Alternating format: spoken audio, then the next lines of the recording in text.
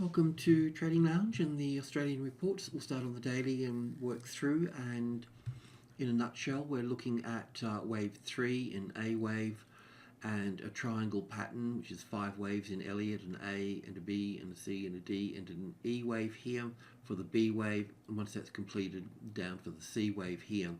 And we're in this last little leg up here in this structure here. So yeah, we're looking for a bit of a turn in the market here. So on the 4-hour chart for a little bit more detail, I'll just open this up here.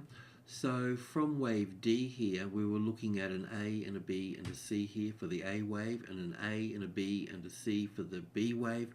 And we're looking for 5 waves up for the C wave into the 50 or 60% retracement level. So here we're looking pretty much anywhere between 5,720 and 5,730, so to speak. It may move higher, I'm not sure.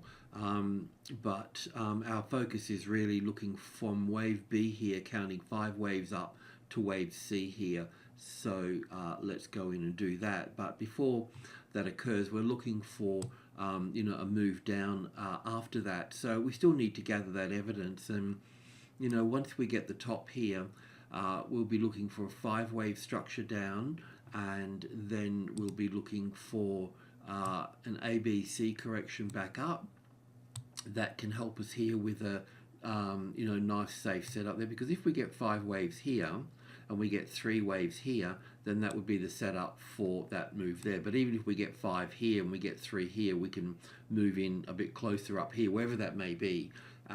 But there will be 2 pieces of the evidence, the A wave here, the wave 1 here, and having 5 waves in here and 3 in here. So that will help us have a little bit more confidence in moving into this trend here. And I also need to say too that if this moves down, if that is the case, then we're going to see the banks move down as well. So we need to look at shorting those guys there as well. So on the hourly chart here, we'll look at the tick chart in a minute. We've got quite a clean wave structure here. As an A wave and a B wave and a C wave to here, and then we're looking at wave 1 and wave 2 here, and then a nice long 3rd wave here, which I was looking at 1 and 2 in here, and 3 and 4, and then a spike for 5 to make the 3rd, then the 4th here. The wave 4th was rather sharp and simple, but the wave 2 was complex here. It was a bit messy. It spent more time giving wave 2 roughly than it did wave 1.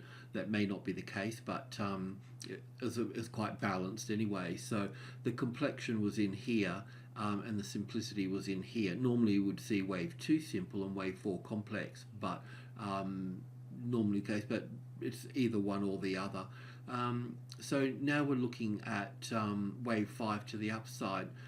This little pattern in here, it appears to be 3 waves in here, so I'm assuming there's one more little move up there. So let's just go into the tick chart on 100 ticks and look at that. So this is how we'd been counting it last week, as wave 1 and wave A and wave B to here, and then wave C here for 2, and then looking at all of this being the 3rd wave up here, and we're looking for a 4th wave last time we spoke, and then another 5 waves up. So I can assume that we've got wave 1 and 2 here, and wave 3 here, and wave 4 here. It looks like a little bit of a 5-wave structure here. So if that's the case here, then we may see a little move down here first before seeing a move up here.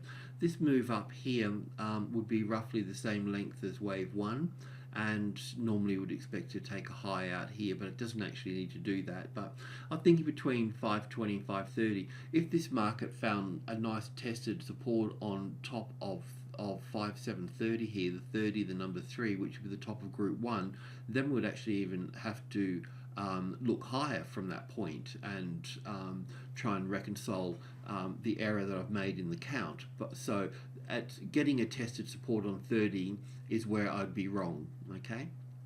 And like I said, once we get this little move into here, the S&P was a little soft overnight. It started its wave 4. So it might be a good idea to watch that video. And not that the ASX has to, follow it like a dog on a lead, but it can do the complete opposite. But normally, if Friday closes firmly, then we can look at. I'll just check the cash market while I'm here. Actually, just bear with me a second, just to double check.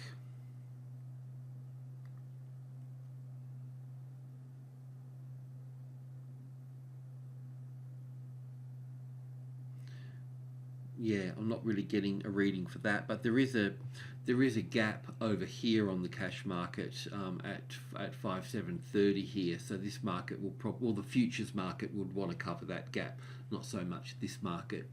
Yeah, so let's just see how we go. And like I said,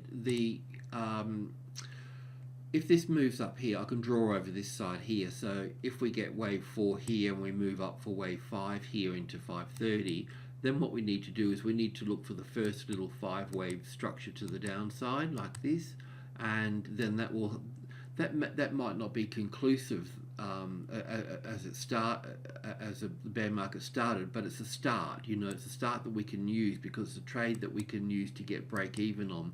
So once we get 3 waves here, we get 5 here, and we get 3 here. There's many roads to Rome and many ways you can do things to start moving in, but it depends on sort of what price this is sitting around. I mean, the 570 would be fantastic. 5,700 would be fantastic to use as a as a resistance there as well. But because we get the 5 here and then we get 3 here, drawing a line through here is quite a safe way to do it. And normally that would come down, hit that trend line, bounce back off it, come back down, retest it, and then fail there. So you can get a second position in here if you wanted to, and then a third position on the breaking of this. And of course, coming into the low here, that would also come back up and bounce at that point too, and then work lower. So there's always a lot of detail, just depending on how you want to go about things. It doesn't have to be perfect. Yeah, so in some of the scenarios, like Westpac, if I can have a look at Westpac. So Westpac here is just the hourly chart, but this was the top here that we're looking at. And I figure that we've got a 5-wave structure down through here. And this can be counted as as well. I feel like it's better to be counted as a corrective wave from 1 to 2 here in terms of wave A and B here, and then 5 waves up here for wave 1, and an A and a B and a C back for wave 2, up for wave 3, and then an A and a B and a C for wave 4, and then up for wave 5 here, and then as the wave 2. And then we've got really a nice 1 and 2 and 3 and 4 and 5 down here for wave 1. And then we've got a nice A, B and C here for wave 2. And what I like about this here is that this move down here also looks like 1 and 2 and 3 and 4 and 5 here. So this is in a perfect position to move lower from here. So if we can see that, then we'll be on our way here as well. So maybe if 32 becomes a retested resistance here, we can look for a short on this side and slowly build into this move to the downside here. There's a few other banks that are the Bank of Queensland, for instance, is turning at a top. I'm not sure about the CommBank, but there's a couple of them there. But if that ASX 200 is going to move down, well, then it's going to be pulled down by the majority of the banks. We'll just have a look at the XXJ because just bear with me a sec here, because that's also got a bullish note to it as well. So they've got conflicting things happening in different directions. So I'll just get the XXJ here. I mean, it's just worth a few seconds to have a look at here. So this is it here. I mean, I've always thought, let me just get this into perspective here. I always thought that, this here was, coming up to here was basically, we've got a top here, we've got 1, 2, 3, 4, 5 here, and then looking at this as an A, and then an A and a B and a C for the B wave, and then up for 1, A, B, C for 2, up for 3, 4, and 5 here to make wave 2 here, or wave B, and then come down this way here. But this little pattern over here is not really giving me what I want, unless it falls out of bed now, because it looks like an A wave, a B wave here, and a C wave here. It could be down for 1 and back for 2, but this, and then down for 1 here, and so on. But yeah, it's looking a bit more bullish than it is bearish at this stage. Yeah, so I'm not quite sure how to view this, but any sort of drop into this area here, and then I'll know that we've got wave 1 and 2 and 1 and 2 and 1 and 2 and dropping, getting ready to drop here. But I can't prove that just yet. I know that the 72 number here is really important. As you can see through here, it's got, it carries a bit of weight through here. So I wouldn't turn bullish unless we had that 72 as a nice tested support, okay? And if we were bullish, then this market would just move 1 and 2 here, and 3 and 4 and 5. So it would actually be down for 1, an A wave, a B wave, and then a C wave up here for wave 2, probably not coming that high, and then rolling over from here, but would have a short run to the upside from that point. I'm also just need to say too is that this is the Trading Levels charting program. We had Yahoo data in there that was free. I mean, I just buy my data from Bodhi, and it's set up to Just Data in Queensland. But we are working on re-establishing that Yahoo data feed. I think that I found a way to do it, and we've got some programmers working on it. It's just that we can't afford to buy data, because we buy data off the ASX, or commercially it's like $25,000 a year or something like that. Yeah, I think we're getting a little bit closer to solving that. We can get free Google data, but they only give us the last price, not the historical price. So yeah, it's still a bit of a problem. It's a bit of a problem for a lot of people, actually.